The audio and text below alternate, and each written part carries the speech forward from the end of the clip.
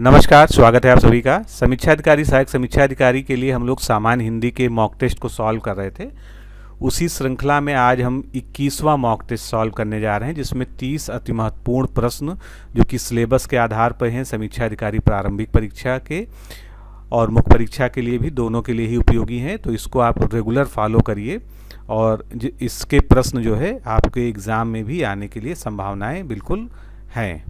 आगे बढ़ने से पहले बता दूं कि अगर आप समीक्षा अधिकारी सहायक समीक्षा अधिकारी 2022-23 के लिए तैयारी कर रहे हैं तो आप अभी से हमारे साथ जुड़कर एक अच्छी और संपूर्ण तैयारी कर सकते हैं, जिसमें आपको कोर्स के अंदर वीडियो लेक्चर्स दिए जाते हैं। बिल्कुल जैसे ही आपका सिलेबस है उसी के आधार पर जो है सभी सब्जेक्ट्स का आपको कंटेंट जो है वीडियो लेक्चर, PDF में नोट्स, टेस्ट सीरीज प्रोवाइड की जाती है। इसके अलावा आपको टेलीग्राम ग्रुप के माध्यम से हेल्प जो है वहाँ पर दी जाती है, साथ में गाइडेंस, और जो है वहाँ पर आप जो है डिस्कशन कर सकते हैं। सारी चीज़ें जो है उपलब्ध हैं। तो अगर आप ज्वाइन करना चाहते हैं, हमारे साथ जुड़ के तैयारी करना चाहते हैं, तो आप RO फाउंडेशन कोर्स लिखकर इस नंबर पर व्हाट्सएप कर दीजिए। आपको रिप्लाई में सारी बातें विस्तार से जो है बता दी जाएंगी। पहला प्रश्न देखते हैं आज का। एक की वर्तनी अशुद्ध है, इसमें से कौन सा ऐसा शब्द है जिसकी वर्तनी अशुद्ध है, ये आपको बताना है। तो इसके लिए आपको बहुत ध्यान से पढ़ना पड़ेगा। अशुद्धि को ढूंढने के लिए 3 शब्द सही हैं, एक शब्द इसमें से अशुद्ध है, वो बताना पड़ेगा। तो इसमें आप देखेंगे विरहणी सही लिखा है, स्वावलंबन ठीक लिखा है और वाल्मीकि सही लिखा है। शांतमय शब्द जो है ये अशुद्ध है। इसका शुद्ध शब्द क्या होता है? शांतिमय शब्द शुद्ध होता है, ना कि शांतमय। अगला प्रश्न देखते हैं। एक वाक्य इसमें से शुद्ध है, कौन सा वाक्य शुद्ध है, इसमें आपको ये बताना है। तो जैसा कि मैं हमेशा बताता हूँ कि वाक्य शुद्धि वाले में सबसे पहले आप जो है संभव हो सके तो जो अशुद्ध वर्तनी वाले शब्द हैं, अगर उनको ढूंढ लेंगे तो आप वहीं पर जो है उस वाक्य को रिजेक्ट कर सकते हैं। जिसमें भी अशुद्ध वर्तनी आपको मिल जाए वो वाक्य आप रिजेक्ट कर सकते हैं। जैसे कि पहला वाक्य देखिए, यहाँ निरामिष भोजन मिलता है। निरामिष क्या सही लिखा है? नहीं सही लिखा, गलत है। इसका मतलब जो है ये सेंटेंस पूरा गलत हो गया। इसका बाद जो है आपका स्वास्थ्य कैसा है, तो स्वास्थ्य नहीं होता, स्वास्थ्य होता है, तो ये भी गलत हो गया। इसके बाद देखिए रविंद्रनाथ टैगोर लिखा है, तो यहाँ पर रविंद्र है, वहाँ पर छोटी की मात्रा है, तो ये भी सेंटेंस गलत हो गया। मतलब आपने वर्तनी की अशुद्धि के आधार पे ही तीनों वाक्यों को पहचान लिया। सी ऑप्शन हमारा सही है, कृष्ण पीताम्बरधारी थे। सी ऑप्शन हमारा सही है। अब निरामिष जो था कैसे शुद्ध लिखा जाता है? ये वाला खटकोड़ वाला सा होगा। रविंद्र के स्थान पे रविंद्र होना चाहिए था, स्वास्थ्य के स्थान पे स्वास्थ्य होना चाहिए था, तब ये जो है जाकर वर्तनी और वाक्य दोनों ही सही हो जाते। अगला प्रश्न देखेंगे। अशुद्ध वाक्य का चयन कीजिए। इसमें से एक अशुद्ध वाक्य है, उसका हमको चयन करना है। अब इसमें भी हम देखेंगे शब्दों को। वह आगामी वर्ष नैनीताल गया था, हमको अशुद्ध चुनना है। तो आप जानते हैं नैनीताल गया था कैसा है? ये पास्ट टेंस में है, यानी भूतकाल में है, और भूतकाल में प्रयोग किया गया है भविष्यकाल के आगामी यानी भविष्यकाल के शब्द का, तो ये गलत है। यानी पहला ही हमारा जो है वाक्य अशुद्ध है, बाकी सभी वाक्य यहाँ पर शुद्ध हैं। आगामी की जगह पे क्या होना चाहिए था? आगामी की जगह होना चाहिए था पिछले। वह पिछले वर्ष नैनीताल गया था। अगर ये शब्द लगा होता तो ये वाक्य होता तो बिल्कुल वो सही होता। इसी प्रकार अगला जो है ध्यान से देखिए, कौन सा वाक्य शुद्ध है। अब इसमें से लगभग एक ही चीज़ को लिखा गया है, लेकिन इसमें जो है आपको देखना है कि कौन सा वाक्य हमारा शुद्ध है। दही खट्टी है, दही खट्टा है, दही खटास है, दही खटाई है। तो दही खटास है, दही खटाई है, ये तो आप देख के ही बता सकते हैं कि इसमें बिल्कुल ही गलत है, ऐसा जो है संभव नहीं है, ये अशुद्ध वाक्य हैं। अब आपके सामने जो है 2 वाक्य बचे। दही खट्टी है या खट्टा, यानी यहाँ पर आपको लिंग के आधार पर निर्णय लेना होगा। और दही शब्द जो है सुनने में भले स्त्रीलिंग लगता है, लेकिन इसके साथ प्रयोग किया जाता है खट्टा, यानी कि पुल्लिंग का प्रयोग किया जाता है। तो दही खट्टा है, बी ऑप्शन हमारा सही है। हिंदी में इसी तरह से इकारांत जिसमें ई आखिरी में आते हैं, जैसे गली, टोपी, उदासी आदि स्त्रीलिंग के अर्थ में प्रयोग किए जाते हैं। एक सामान्य रूप में माना जाता है कि अगर ई बड़ी ई आखिरी में आ रहा है तो वो स्त्रीलिंग शब्द होगा, एक सामान्य सा पहचान का नियम है। लेकिन अपवाद भी हैं इसके, जैसे पानी, घी, दही, मोती, ये शब्द क्या हैं? पुल्लिंग के अर्थों में प्रयोग होते हैं। अगला प्रश्न, इनमें से वर्तनी की दृष्टि से शुद्ध कौन सा है? अंतर्ध्यान, षष्ठम, सहस्त्र और अनुसंगिक, चारों में देखना है कि कौन सा शुद्ध है। 3 गलत हैं, ये तो आपको देखना ही है शुद्ध कौन सा है। षष्ठम गलत है, सहस्त्र गलत है, अनुसंगिक गलत है, सही केवल है अंतर्ध्यान, ये ऑप्शन सही है। षष्ठम के जगह सही शब्द क्या होता है, षष्ठ होता है। सहस्त्र इस तरह से नहीं लिखा जाता, सहस्त्र इस तरह से जो है ये सही होता है। फिर अनुसंगिक शब्द गलत होता है, इसका शुद्ध रूप होता है आनुसंगिक, ये वाला जो है सही होता है, आ पर बड़े की मात्रा होती है। अगला प्रश्न, इनमें से शुद्ध वर्तनी का शब्द कौन सा है। अब देखिए यहाँ पर दृश्य लिखा है, सा गलत है। फिर रुपया ये भी गलत है, बादाम भी गलत है, सही क्या है, हिंस्र। ये जो है जैसे कहते हैं ना हिंसक जानवर, तो उसी के लिए शब्द संस्कृत का होता है हिंस्र। तो हिंस की वर्तनी शुद्ध है। दृश्य, रुपया और बादाम अशुद्ध वर्तनी वाले, इनकी शुद्ध वर्तनी क्या होगी। दृश्य में जो है सा इस तरह से लिखा जाएगा, रुपया में जो है छोटी ऊ की मात्रा का प्रयोग किया जाएगा, तो इस तरह से ये शुद्ध होगा। और बादाम की जगह सही शब्द क्या होता है, बादाम शब्द सही होता है। अगला प्रश्न, निम्नलिखित में से तद्भव तत्सम का सर्वोत्तम शब्द युग कौन सा है। ध्यान दीजिएगा, तद्भव तत्सम यानी तद्भव पहले लिखा हो, तत्सम उसके बाद लिखा हो सकता है। कोई ऐसा भी युग्म हो जिसमें तत्सम पहले लिखा हो, तद्भव बाद में लिखा हो, बिल्कुल सही हो, लेकिन वो भी जो है प्रश्न के हिसाब से गलत माना जाएगा। तो तद्भव तत्सम का आपको जोड़ा बताना है, यानी तद्भव पहले लिखा होना चाहिए और तत्सम उसके बाद लिखा होना चाहिए। तो यहाँ पर देखेंगे, दुल्हा दुल्लह गलत है, अनंत का अन्यत गलत है, अग्रणी का अग्रवर्ती गलत है। तो गणेश का गणेश ये बिल्कुल सही है, ये ऑप्शन हमारा बिल्कुल सही है। तो तद्भव तत्सम के सही युग्म जो है गणेश का गणेश होना चाहिए। बाकी विकल्पों में देख लीजिए सही युग्म क्या होगा, दूल्हा का दुर्लभ होना चाहिए, अनंत का अन्यत्र होना चाहिए, अगाड़ी का अग्रवर्ती होना चाहिए। अगला प्रश्न, हरितिकी का तद्भव शब्द क्या है। हरितिकी का तद्भव शब्द क्या है, चारों ऑप्शंस को देखिए, हरा, हल्दी, हीरा या हरण। तो हरितिकी का जो है तद्भव शब्द इसमें से क्या हो जाएगा, हरण हो जाएगा। डी ऑप्शन यहाँ पर करेक्ट होगा, बाकी ऑप्शंस जो है गलत हैं। हरितिकी का हरण हो जाएगा। फिर बाकी जो 3 शब्द हैं उन पर भी विचार कर लेते हैं। सबसे पहले बात करते हैं हरा, तो हरा का जो है तत्सम क्या हो जाएगा, हरित हो जाएगा। उसके बाद हल्दी की बात करते हैं, तो हल्दी का हरिद्रा हो जाएगा तत्सम, और हीरा का जो है हीरक हो जाएगा। तो ये जो है, तो ये क्या हो जाएंगे, ये सभी तत्सम रूप है, यहाँ पर ही गलत लग गया है, ये तत्सम यहाँ पर होना चाहिए।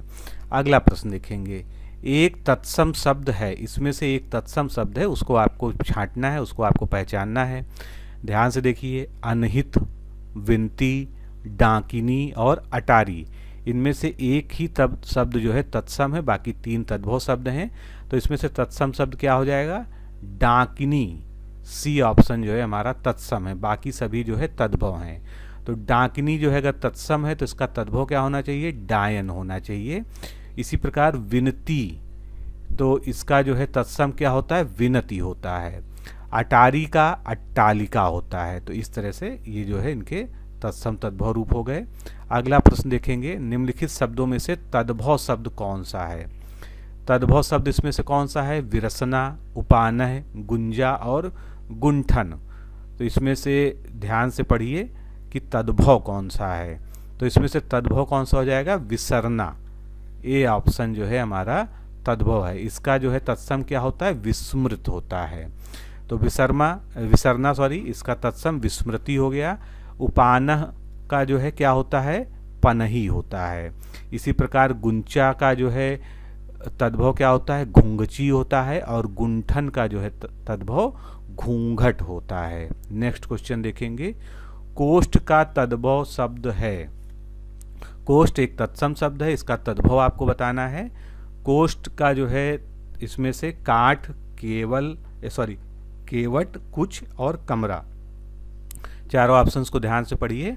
तो इसमें कोष्ठ का जो है तद्भव शब्द क्या हो जाएगा, कमरा। डी ऑप्शन जो है हमारा यहाँ पर सही है, कोष्ठ का जो है कमरा हो जाएगा। काठ का क्या हो जाएगा, काठ का तत्सम काष्ठ हो जाएगा। इसी प्रकार केवट का कैवर्त हो जाएगा और कुछ का जो है किंचित हो जाएगा। इसके अलावा इससे कुछ मिलते जुलते शब्द हैं जो आपको कंफ्यूज कर सकते हैं, उसको भी ध्यान रखिए। कोठी अगर आपसे पूछ लिया जाए तो कोठी का जो है तत्सम शब्द कोष्ठिका होगा।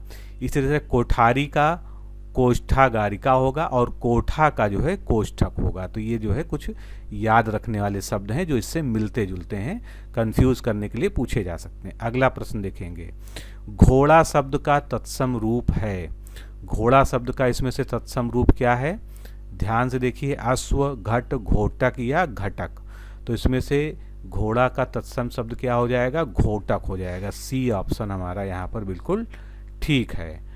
अश्व जो है घोड़ा का पर्यायवाची है, घट जो है घड़ा का तत्सम रूप है। नेक्स्ट क्वेश्चन देखेंगे, सफेद रंग का कमल, इसके लिए एक शब्द जो है आपको बताना है जो उपयुक्त हो। सफेद रंग के कमल को विशेषतया क्या कहते हैं? यानी वाक्यांश के लिए आपको एक शब्द बताना है। चारों ऑप्शंस को देखिए ध्यान से, इंदिवर, पुंडरीक, नीलाम और नीलाक्ष। तो इसमें से सही उत्तर क्या है? सफ़ेद रंग के कमल को हम पुंडरीक कहते हैं। इंदिवर क्या होता है? इंदिवर नीले रंग का कमल होता है। तो फिर से सुन लीजिए, सफ़ेद रंग का कमल पुंडरीक, नीले रंग का कमल को हम इंदिवर कहते हैं। जिसकी आभा नीली हो, यानी जो देखने में जो है नीला प्रतीत होता हो, उसको हम नीलाभ कहते हैं। और जिसकी आंखें नीली हों उसको नीलाक्ष कहते हैं। यानी नीला हो जिसका अक्षी, आँखों के रंग का अगर जो है नीला हो तो उसको नीलाक्ष कहेंगे। अगला प्रश्न, कही गई बात के लिए एक शब्द क्या है? अगर कोई बात कह दी गई है तो उसको हम क्या कहेंगे? कथित, कथनीय, कहावत या कथा। तो कही गई बात के लिए एक शब्द क्या हो जाएगा? चारों ऑप्शंस में देखिए, कथित। जो कह दिया गया हो वो बात जो है कथित होती है। जो कहने योग्य हो या जो वाणी द्वारा कही जा सके उसको हम क्या कहते हैं? कथनीय कहते हैं। तो थोड़ा सा ही अंतर है कथित और कथनीय में, लेकिन ये अंतर जो है आपको याद रखना चाहिए। अगला प्रश्न, जिस पेड़ से पत्ते झड़ गए हों, यानी जिसके पत्ते जो है गिर गए हों या झड़ गए हों, उसके लिए सही शब्द इसमें से क्या है? प्रपण, अपर्णा, पत्रहीन या अपत। सही शब्द इसमें क्या है इसके लिए? तो इसमें जो सर्वोत्तम विकल्प है वो है अपत। डी ऑप्शन सही है, क्योंकि ये जो है वाक्यांश के लिए एक शब्द की दृष्टि से बिल्कुल सही है। और इसके लिए एक शब्द पत्रहीन भी हो सकता है जो हमारे विकल्पों में दिया है, लेकिन ये सबसे उपयुक्त नहीं है। सबसे उपयुक्त विकल्प जो हमारा अपत ही है। पत्रहीन का भी मतलब जो जिसमें पत्र ना हो, यानी इसमें पत्ते ना हो। लेकिन अपत जो है ये बिल्कुल जो है उसकी एक पारिभाषिक शब्द की तरह है। अगला जो है इसमें प्रपण था। प्रपण का मतलब होता है जो गिरा हुआ पत्ता, उसको हम प्रपण कहते हैं। और अपर्णा ये पार्वती जी का पर्यायवाची है। वह जिसने पत्ते तक खाने छोड़ दिए वो पार्वती जी का जो है एक नाम पड़ गया था। ये जब उन्होंने घोर तपस्या की थी और उस समय उन्होंने ये स्थिति थी कि उन्होंने सब कुछ खाना पीना छोड़ दिया था, पत्ते तक भी खाने छोड़ दिए थे, तब उनका नाम अपर्णा पड़ा था। अगला प्रश्न, अनिश्चित जीविका के लिए एक सही शब्द है। अनिश्चित जीविका यानी जिसके जो है जीविकोपार्जन के लिए कोई भी जो है निश्चित मार्ग ना हो कि वो कैसे कमाएगा, कैसे खाएगा, कैसे उसका जीवन निर्वाह होगा। तो उसके लिए एक सही शब्द क्या है इसमें से? आकाश वृत्ति। डी ऑप्शन हमारा सही है। उसके बाद जो है आंशिक सेवा एक हमारा था जो है विकल्प, इसका क्या है? थोड़े अंश के लिए या थोड़े समय के लिए की गई सेवा आंशिक सेवा कहलाएगी। अस्थायी सेवा का मतलब है थोड़े समय के लिए की गई सेवा, ये भी लगभग वही है, बस इसमें अंश शब्द नहीं जुड़ा हुआ है। अर्ध रोजगार, आधा रोजगार को हम अर्ध रोजगार कहेंगे, सिंपल जो है उसका एक सिंपल अर्थ है वो। अनुश्रुति, अनुश्रुति के लिए एक वाक्य इसमें से क्या है? अनुश्रुति जो कहते हैं ना कि हमने अनुश्रुतियाँ सुनते हैं या एक अनुश्रुति है, तो अनुश्रुति क्या होती है इसका आपको पता होना चाहिए। इसकी हम व्याख्यात्मक परिभाषा कैसे देंगे?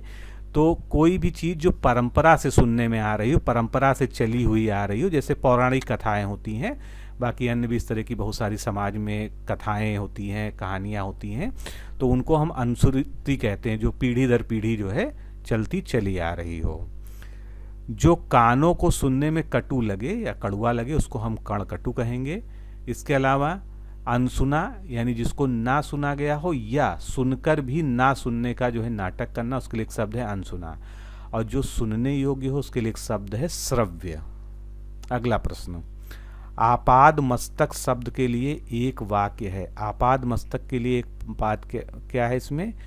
तो आपाद और मस्तक दो शब्दों से के संयोजन से ये शब्द बना है। अगर आप इसका अर्थ समझ सकें तो आप जो है सही वाक्य को पकड़ लेंगे। यानी पाद से लेके मस्तक तक, पैर से लेके मस्तक तक, तो यानी सी ऑप्शन हमारा सही हो गया। सी ऑप्शन यहाँ पर करेक्ट है। उसके बाद एक शब्द दिया हुआ है, वाक्य दिया हुआ, वह जिसकी कामनाएं पूर्ण हो चुकी हों उसे हम कहते हैं आप्त काम। फिर वह जो पैरों से पान करता है, पैरों से कौन पान करता है? यानी पैरों से जो पानी पीता है, कौन पीते हैं? पौधे अपनी जड़ों से, तो उनको हम पादप कहते हैं। फिर सिर का मुकुट जो होता है उसको हम सिरमौर कहते हैं। अगला प्रश्न, विलोम शब्द देखेंगे। उद्यमी का विलोम शब्द क्या है? उद्यमी का विलोम मतलब जो परिश्रमी हो वो उद्यमी होता है, इसका अर्थ हो गया। तो विलोम क्या हो जाएगा? निरुद्यम, यानी जो परिश्रम नहीं करता है। ए ऑप्शन जो है यहाँ पर करेक्ट होगा। इसी प्रकार अगला शब्द देखेंगे, ईहा शब्द का विलोम क्या है? ईहा का जो है विलोम क्या है? ईहा मतलब जो होती है इच्छा होती है। इसका उल्टा हो जाएगा अनीहा, यानी जिसमें इच्छाएं ना हो। बी ऑप्शन जो है इसका करेक्ट होगा। कर्कश का विलोम क्या होगा? कर्कश का कोमल होगा। कर्कश का जो है शाब्दिक अर्थ कठोर होता है, कठोर वाणी जिसे कहते हैं ना, कर्कश शब्द। इसी तरह से गौरव का विलोम क्या होगा? लाघव हो जाएगा। और इप्सित का विलोम जो है अनिप्सित हो जाएगा। आगे बढ़ते हैं, अनाहूत का विलोम शब्द क्या है? अनाहूत का विलोम इसमें से क्या है? अनाहूत का आपने अर्थ पढ़ा होगा वाक्यांश में, जो है जिसको बुलाया ना गया हो उसके लिए एक शब्द होता है अनाहूत। तो इसका विलोम क्या हो जाएगा? इसका विलोम हो जाएगा आहूत, यानी जिसको बुलाया गया हो। ए ऑप्शन यहाँ पर करेक्ट है। पराभव का विलोम जो है भव होगा। भव पराभव ये जोड़ा हो गया। और प्रस्थान का विलोम जो है, प्रस्थान का मतलब होता है जाना, और इसका विलोम क्या हो जाएगा? आगमन हो जाएगा। जाना का आना यानी आगमन। अगला प्रश्न, अर्वाचीन का विलोम शब्द बताइए। अर्वाचीन का विलोम शब्द क्या हो जाएगा? प्राचीन। अर्वाचीन मतलब नवीन, नया, नव्य, और उसका विलोम हो जाएगा प्राचीन यानी पुराना। आगे चलते हैं, अगला प्रश्न देखते हैं, परास्त। परास्त का मतलब आप जानते हैं हार जाना, पराजित हो जाना, तो इसका विलोम क्या हो जाएगा? विजयी हो जाना। बी ऑप्शन करेक्ट है, यानी विजय प्राप्त कर लेना। तो परास्त का विलोम विजयी हो गया। पराजित और परास्त आपस में समानार्थी हो गए।